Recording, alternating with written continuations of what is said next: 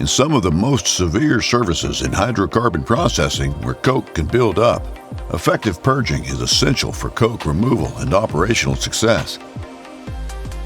ValvTechnologies recommends continuous purging to expel coke that can cause lockup and increase operating torque. Our complete package has one inlet and a closed-loop return. Each inlet is strategically located to provide optimized flushing. Continuous purging targets the process media that tends to accumulate and adhere and increase torque. Purging behind the upstream seat at Belleville Spring prevents coke fines and process media from interfering with valve operation and reliability. The purged media is flushed from the valve cavity and reintroduced into the upstream flow. For more information about ValvTechnologies purging for isolation valves, please contact your regional sales representative.